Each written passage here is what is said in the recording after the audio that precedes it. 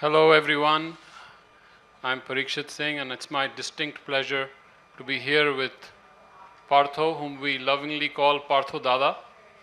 Please excuse me if I use that term.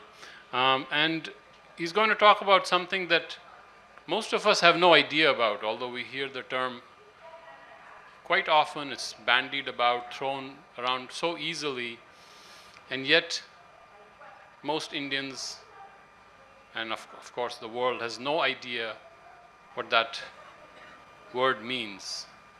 So Vedanta, you talk about Vedanta. What is Vedanta, and can we have some understanding of it if an understanding is possible? So Vedanta, if we break up the word, comes from two root words in Sanskrit, Veda and Anta. So Veda is the process of knowing knowledge itself and the sources of knowledge. All that put together is Veda. Veda is also, in the active sense, it's to know, from the root word vid. Anta is, it can be understood as end of a process. It can be understood as the consummation of a process, the final fulfillment of a process. So Vedanta is the final fulfillment of all knowledge and all knowing in the knower. So when your attention moves from knowing and knowledge, where there's always this subject-object duality, because there is always the knower and the known. So when you move from that to just the knower, and the known merges with the knower, and what remains at the end is the knower alone, the self, then you have come to Vedanta. And the simplest I can make it. So you said Veda is to know and Ant is the end. The end, or the peak. Peak of knowing. The peak of knowing. And it comes back to the one who is looking to know. Yes, the knower. And you have put a line somewhere that Vedanta is the knower, which is confounding, confuses a lot.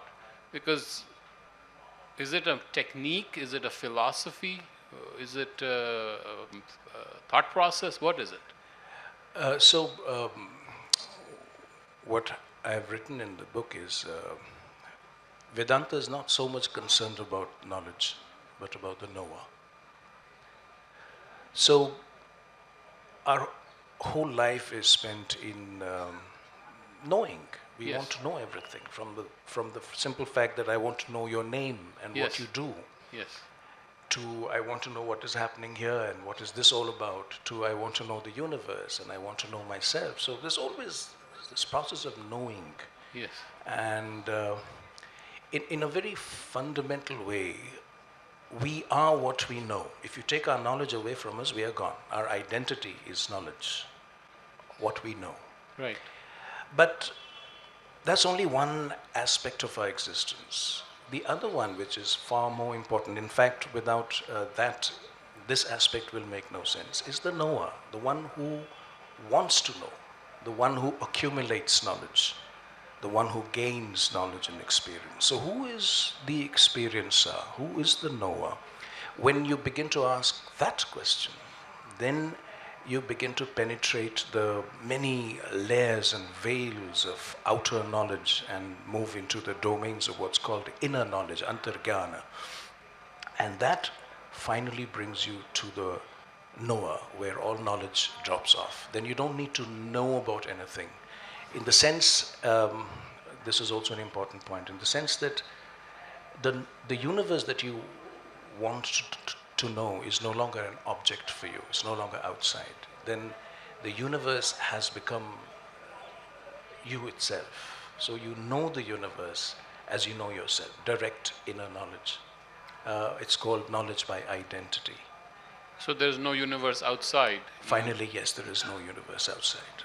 Because if you go back to the knower is the one who's knowing the universe anyway. Yes. And then, of course, we'll have to go into the whole process of knowing, which probably is not... I want to address that because this Vedanta can be very simple and can be very confusing. So you have in this book talked about bhakti and prem. Traditional Vedanta, as we know, as we read about, is very serious, and you sit down and meditate like someone like Maharshi Ramana or even Swami Vivekananda. So, how did you bring bhakti and love in Vedanta? Because then, is it really Vedanta if it is full of love? Interesting question. So then let me tell you how this book came about, Somewhere Among the Stars.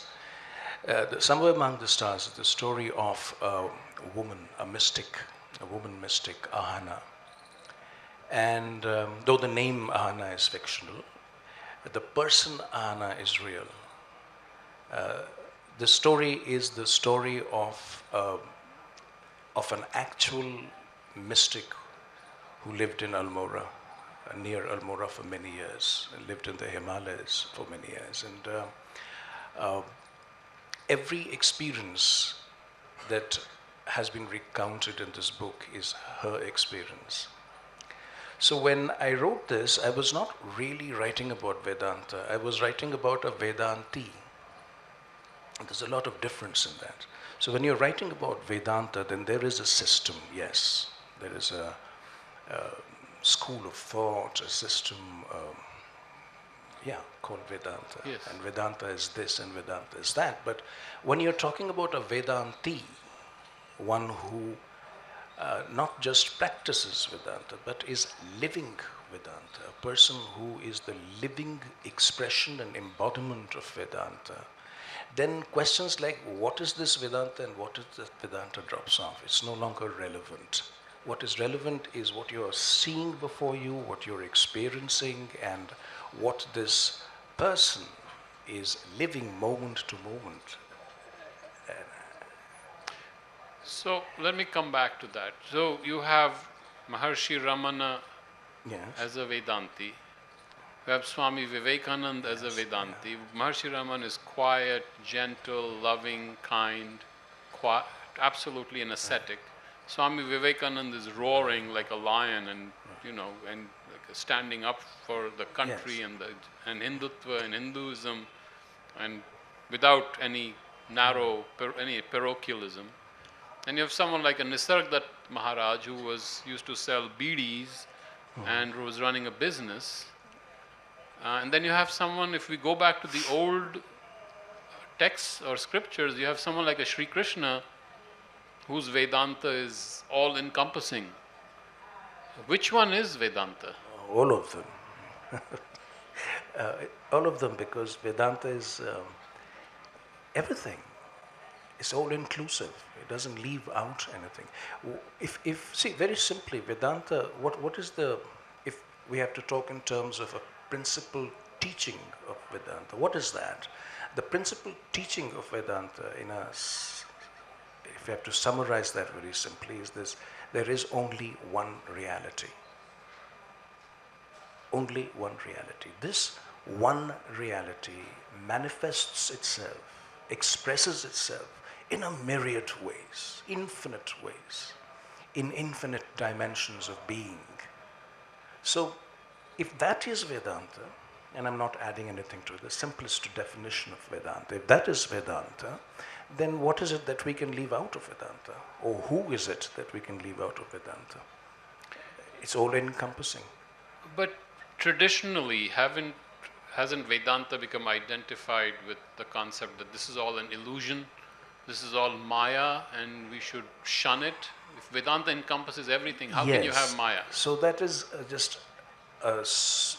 just an aspect of the whole thing called Vedanta. And Maya itself is, if we were to talk about Maya, we'll have to extend this session by at least a couple of hours. Maya itself is a very Mayic term to understand. I mean, it's not easy to understand Maya. And understanding Maya as illusion is perhaps the most simplistic way of doing it, and therefore incomplete. Okay, so very simply stated, yes. In Vedanta, Maya is that which can be measured, okay, or which is measured. So that which cannot be measured, the immeasurable, is the real. So when the real, which is immeasurable, therefore beyond Maya, expresses itself or manifests itself in myriad forms, it also necessarily makes itself measurable, because that which is not measurable is not experienceable. Yes. So for me to experience myself as a form and a personality, I have to limit myself.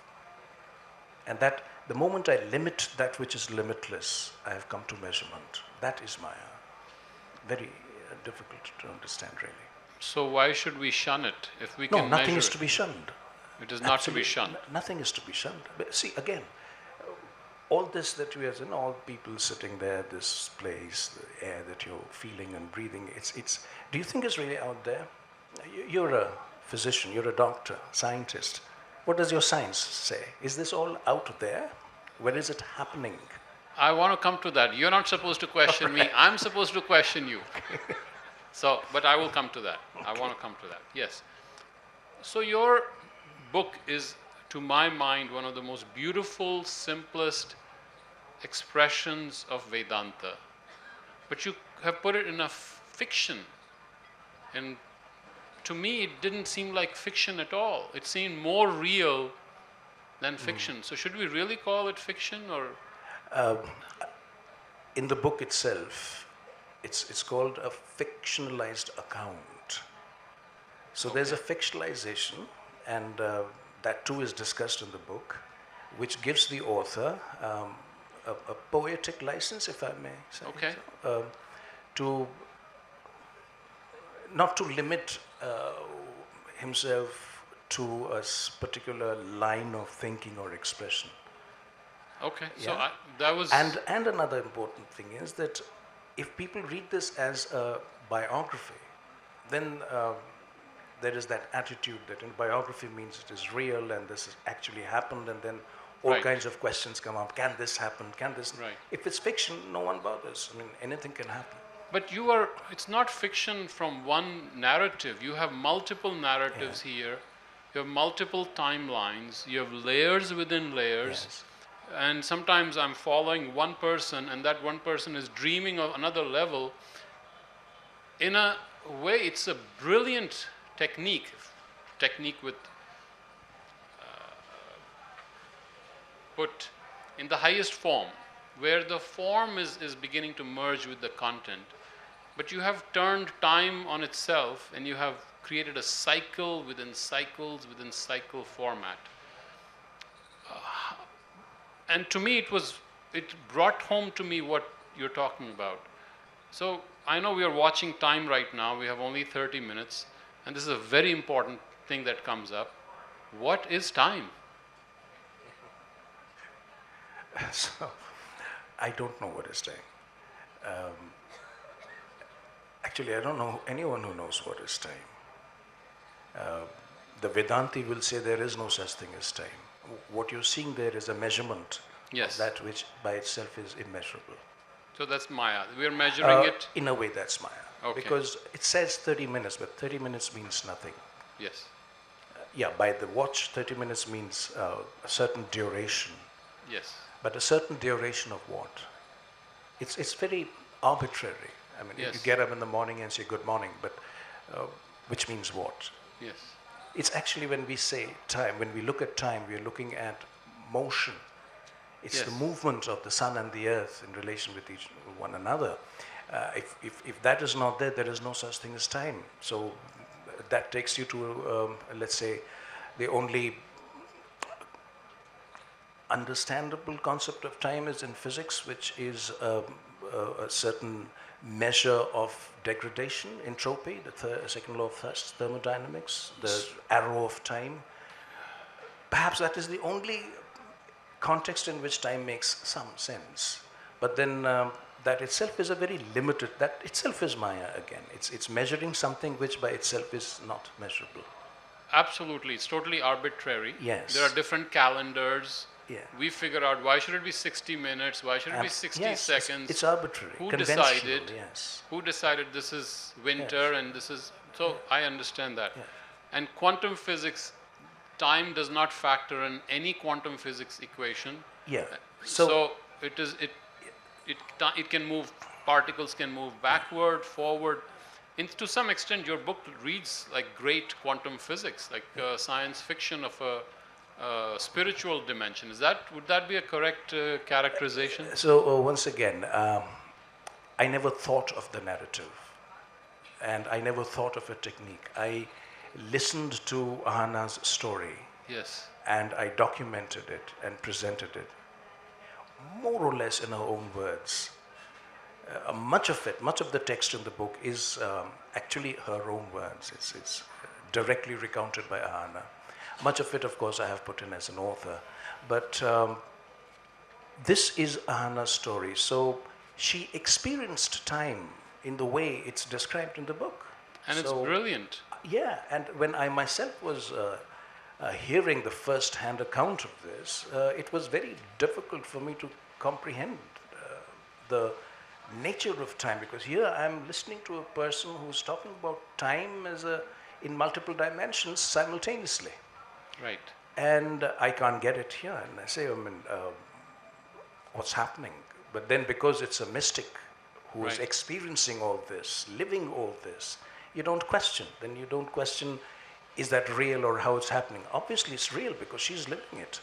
The only question perhaps you can ask is it something that's happening just in her own mind? Therefore she's in a certain sense crazy. And in a so-called objective universe, there is time, there is movement, there is entropy. So does that happen? But then again, I asked her this question once, and I still remember what she said, that how much do we know? How much does your physics know, really? So, okay, so we have established that time does not exist. So No, we can time go on forever. as we measure it does not exist. Time as we measure it does not exist. But there's some changes happening all the time. Yes. All the time. Yes. And so changes happening, and we give it a tag of certain seconds and minutes and hours, right? Are we together on this? Yes. So a micro movement of the planet around the sun is what it's shown here as chronological time. Right, but we have given it a tag. There was no... Yes, but there is an actual movement. So if you measure the movement along a certain axis, you will get time. Okay. So let's talk about this, because time is closely related to identity, right? When you're sleeping, technically there's no time. We are not registering time. And it has a lot to do with our identity. We have identified ourselves with time. In this book, you have used a pseudonym. You have used someone else's name. And I know you did not want us to talk about your name. You wanted it to be anonymous. And we had to pull you here on the stage, dragging, screaming. Why is it important to you that your name be not associated with this book? Or was it important? Difficult question to answer. I've been asked this. Those who know I've written the book have asked me, why not in your own name? Yes. There's a part of that in the story itself. When the author, who's still to become the author, is wanting to write Ahana's story, he also gets this inspiration to ask for a name. You know, in the yogic Vedantic tradition, the guru gives you a name. It's very common. Yes. You know, and it's symbolic of giving up your old identity based on the ignorance and assuming a new name, because a name is identity, nama, rupa. Yes. So you assume a new name, along with it you assume a new life and personality and start living that from that point on. So that's the whole traditional meaning of the guru giving you a name. So he asks for a name from Ahana, that you give me a name and I will use that name to write.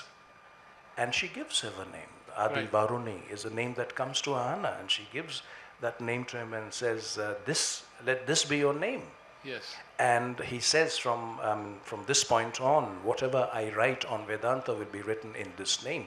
So it's a mark of respect to one who the author considers to be his guru, his first guru in Vedanta, and he keeps that name. So for me to do that was it was an important inner gesture to the one to whom I owe everything that I've learned about Vedanta to begin with. So if I use the name Adi Varuni and then to tell the world that it's me who's written it, it doesn't make sense and it's not relevant. Name and personality, if you go deeper into Vedanta, amongst the first things you realize is name and personality themselves are irrelevant. Not relevant. No. So time as we measure it is incorrect. Name as we call it is not the real thing. No. So what is there then? That which is aware of it all. The knower is the real. And the knower is not confined to one person or one form. The knower is universal, cosmic. Cosmos is the knower. I always ask this question, and this was the first question that I was asked myself by my guru, that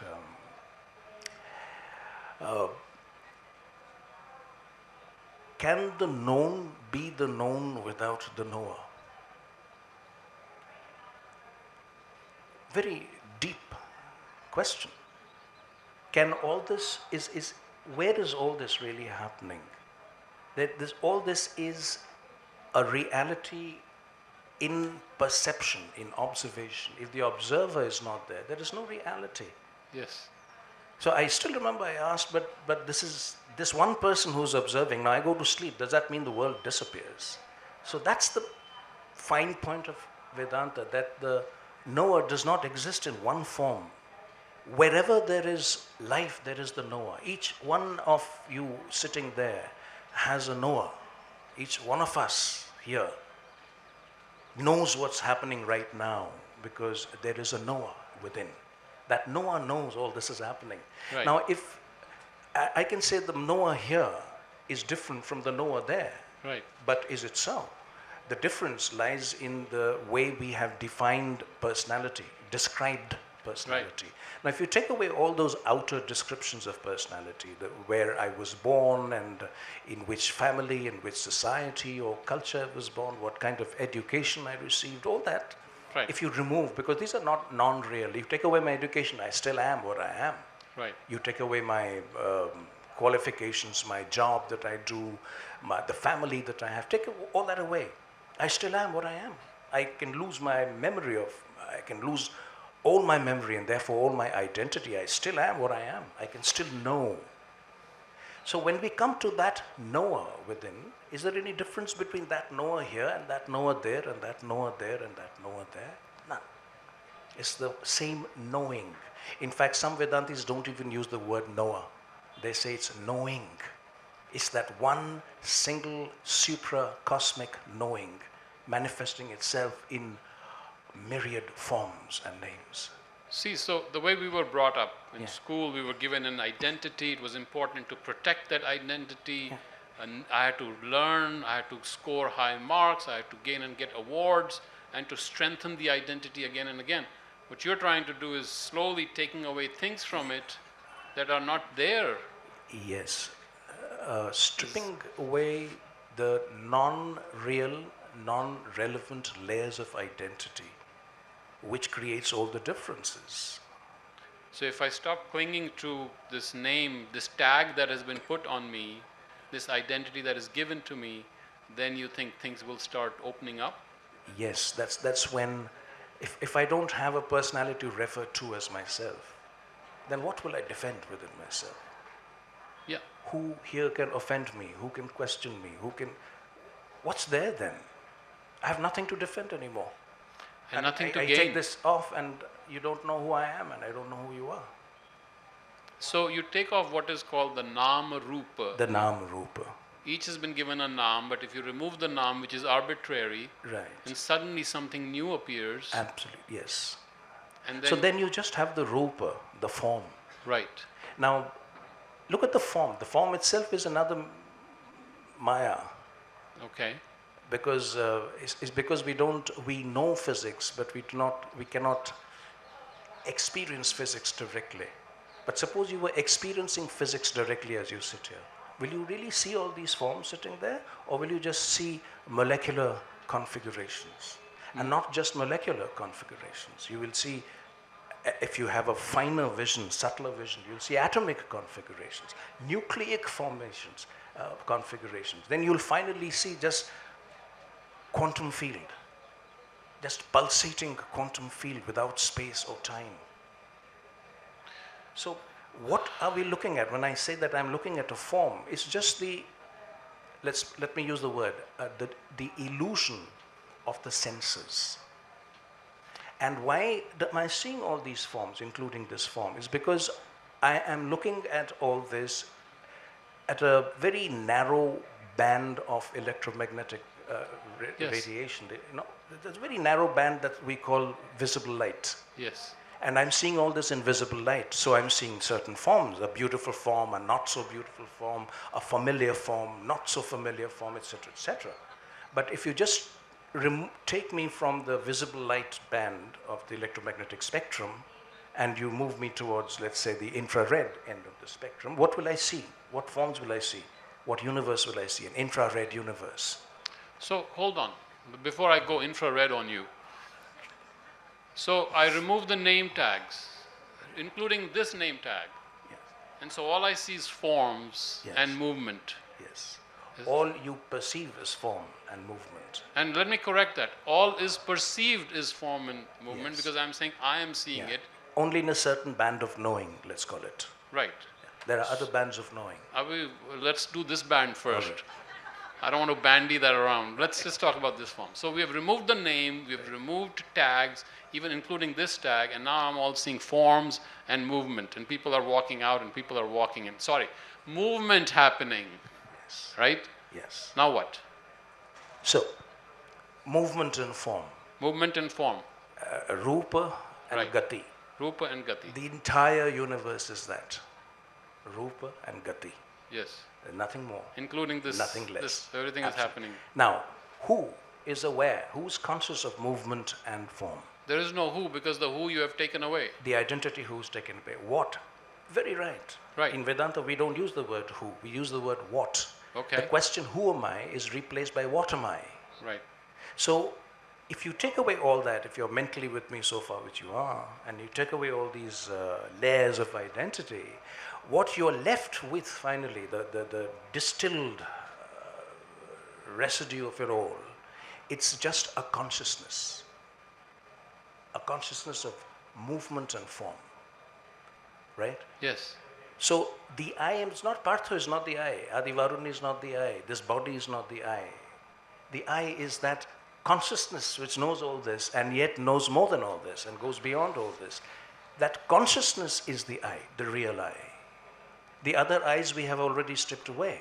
Yeah, so the individualized, the one, the ego, what we call ego, but so I want to talk about Yes. that ego and So that. ego is still the identification with your narrative, your personal biography, that I am so-and-so born at such and such a place, and I grew up at this time, and I've learned all this, and I have this relationship, and I've had that, etc. Yes. Your whole personal narrative is what you really are. Right. If I take away, as often happens in amnesia, Right.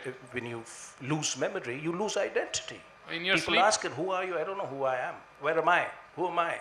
You ask profound philosophical questions because you have lost your memory. So, the personality that we are identified with is just the surface, Yes. superficial, and therefore constantly mutable. Yes. But that which is constantly aware of this mutable is the one that does not change itself. So how can I experience it? So your experience, you are it.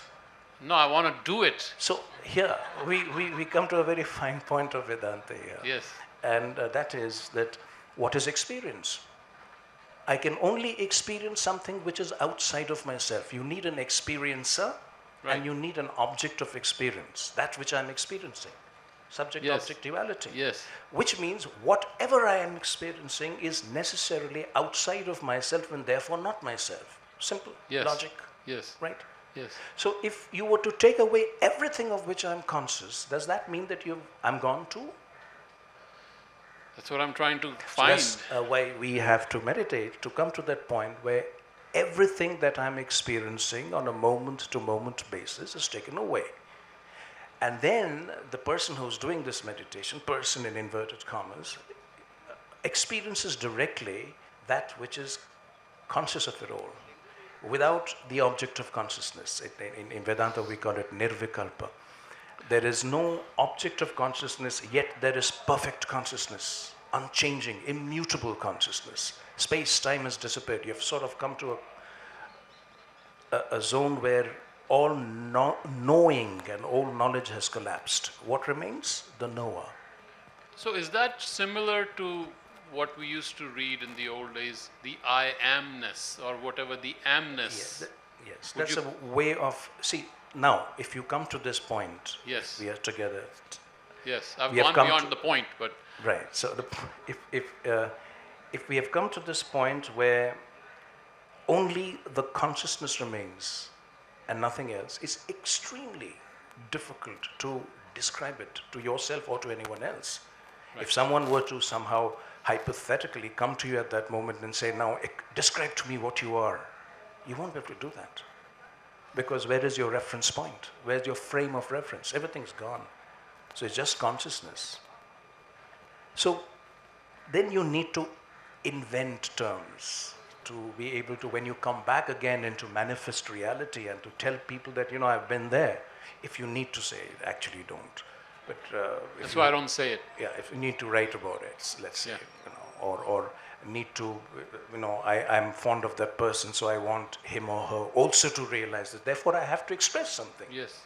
So if I have to express something, how do I do it? So then we use terms like I am, I amness, aham tattva. Right. These are all terms that you use. Finally, all these terms either mean something or they don't at all. Because words too are arbitrary, aren't they? Complete. Language itself is arbitrary. Just like time is a tag, names, language words are not really describing. Words are dualistic. You have something there, you're assigning, you've given it a name. But when I say that tree, but it's just name. We call it nominal knowledge in Vedanta. Right. Nam Roop Gyan only. Right. What it means is I'm saying that's the leaf, the tree there. Right. But I don't know if that's the tree. How do you know that's tree? Because we just gave a name to it and we just... Yeah, and also because you're seeing it in only one small band. Yes. If you were to look at it from a cosmic or a quantum perspective, how do you know where the tree begins and where the tree ends and where the grass begins and where the grass ends and where the sky begins and where the sky ends? It's all beginningless and all endless. So we gave a name called tree to that form. Yes. We don't know what that is. No. And now we say that's the tree and everyone accepts it as a tree. But we really don't know what that is. Arbitrary and conventional. So, but we got to live with it. So let's talk also about, we have 52 seconds. We have 50 seconds to answer this 10 question. 10 minutes, okay. You're giving me 50 seconds. We talk about order of time, beautiful book written by the quantum physicist. Is there an order in Vedanta? You alluded to it, the name, Nam, Rupa, there is an order. We're happy with it. Now you go beneath that order and you say this akar and gati, this movement, and that's all there is. Right. Is that important to understand? Yes, not just understand, experience. Experience. Yeah. If you live 24 hours a day, I mean just 24 hours, one day. Yes. You live in that consciousness where you see only gati and akar. It will change you forever. You'll never be the same person again. Just one day, if you live only in that consciousness that you are perceiving only gati and akar, you'll be changed forever. And that's another order, subtler order. Yes. And there are several other subtler orders which you have to experience one by one. So the Sanskrit term for that, I think, is anukram. I think Shankaracharya called it anukram. Yes, Kram, beneath, the order beneath, and then there's an order beneath. Yes. So Ananta anukram. Ananta anukram. He referred to it, Ananta anukram. Yes. Because for every subtle order, there is a subtler order. So I think we have kind of just barely begun, introducing ourselves to this brilliant work of fictionalized account of a mystic, a Vedanti, But I think it should be called realistic fiction. It is not really fiction. And those who are interested in a very simple, lucid understanding of Vedanta and spirituality, I recommend it highly. This, after years of trying to understand philosophy, this is something that goes to a different order and kind of unifies it all. I would like to open this to questioning from the audience. And I'm sorry if I miss anyone, but you raised your hand first, so please speak, tell your name, and just shoot the question. No introductions. Hi, my name is Ina Kapoor. And my question is, you said the knower should remove the name and the personality. But my knowing or learning, the lenses that I use is through my personality. So how I interpret learning would be different from how she does. So how do I remove that to even learn Vedanta? Right. So learning is one thing, Vedanta is another. So learning is a mechanism, it's a process. There is a learner and there is a process of learning. And what is learning? Essentially, it is acquiring information about something which is not known to you. The moment that learning happens, you consider it known to you. Now that's another matter that it's still not the known. But Vedanta is when you try to understand, this is a very subtle point you brought up in the question. Try to understand that there comes a point where you see through the whole game of learning and knowing. This whole thing that I know and therefore I am drops away from you because I know nothing. All I know is what I'm seeing, because as I was telling him, that little band of visible light.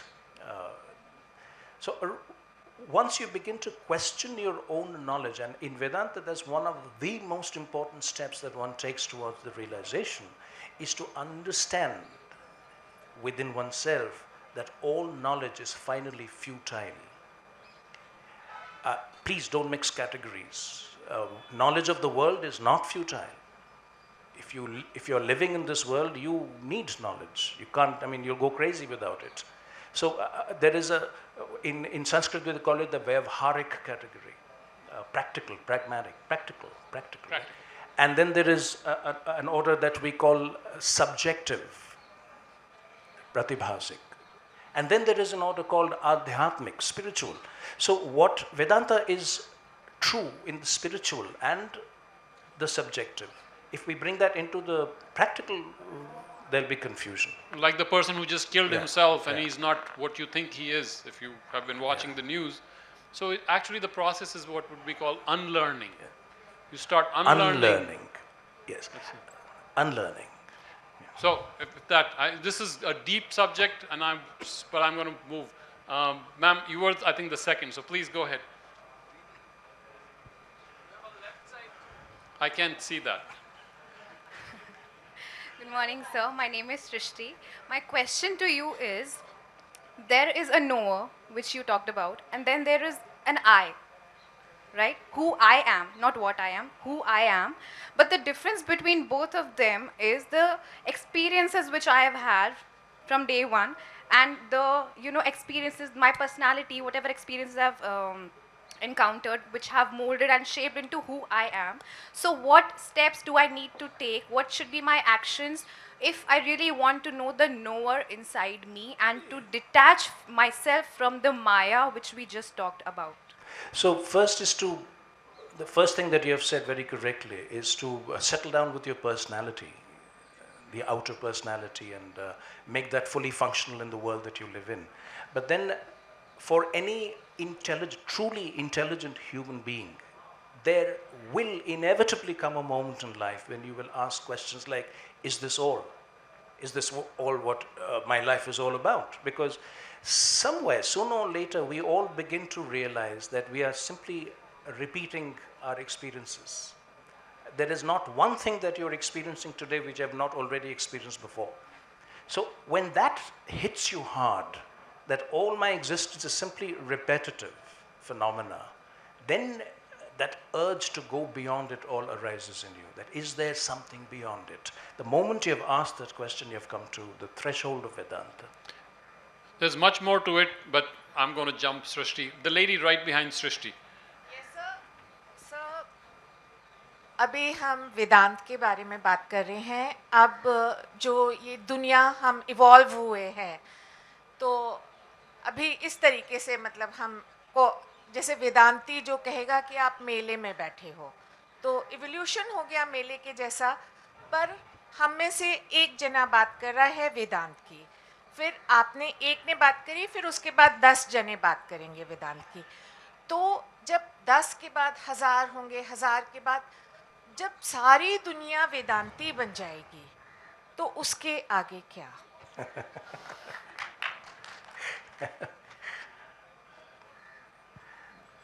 जब आप वेदांती बन जाओगे तो आपको ये realisation होगा कि आपके सिवा और कोई है ही नहीं. बोध होगा. बोध होगा आपको. इसको इनफैक्ट आत्मबोध हो जाएगा कि existence is only one, reality is only one. वो ना आप हो ना मैं हूँ, पर वो है जो सब में, आप में और हम में जानता है. जिसको बोध, हाँ, जो जानता बोध, है. जो जिससे द बोध, बोध है. आप में जो बोध है फाइनली, और मुझ में जो वो बोध सिर्फ एक है, एंड दैट इज कॉस्मिक. तो जिस दिन आप उस बोध का बोध हो गया आपको, my Hindi is a bit challenge, आत्मबोध हो गया. हाँ, आत्मबोध हो गया. So then your eyes open up.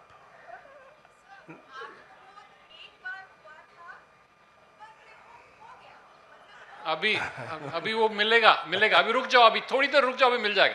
मैं I have to.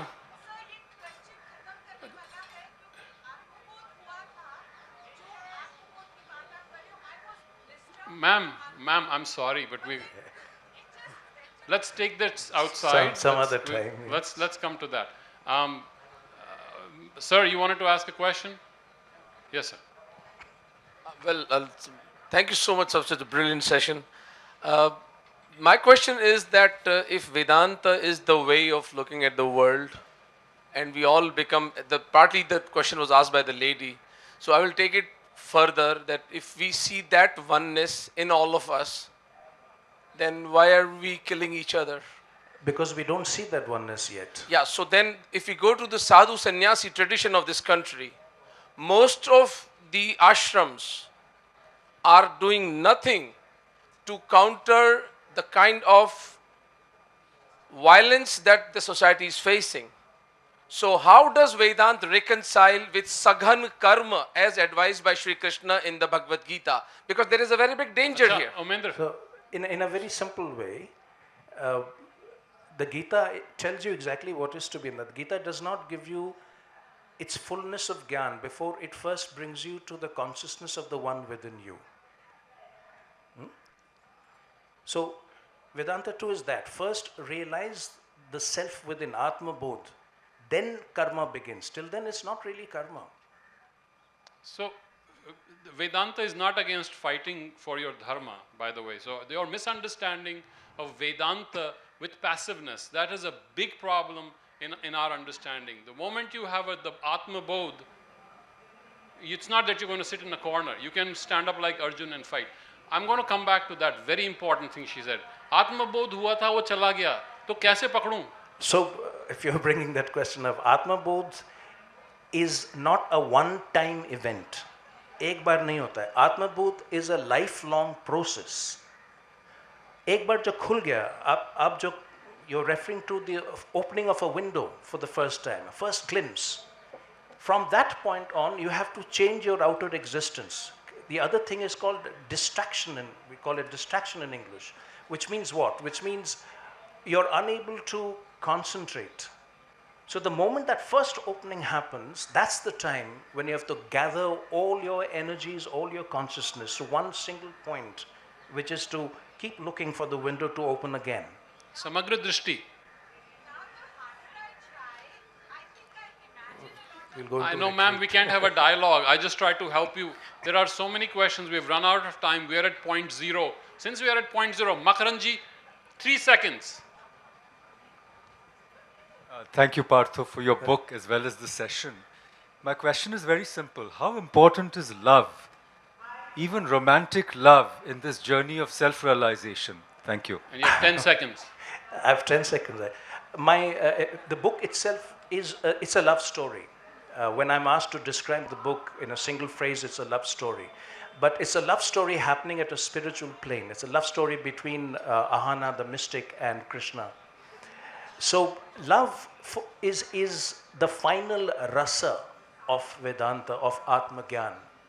If this entire, why, I mean, okay, since he's saying 10 seconds, I don't know how to answer this, but if that immeasurable one reality manifests itself in a myriad names and form, there must be a reason for it. Why?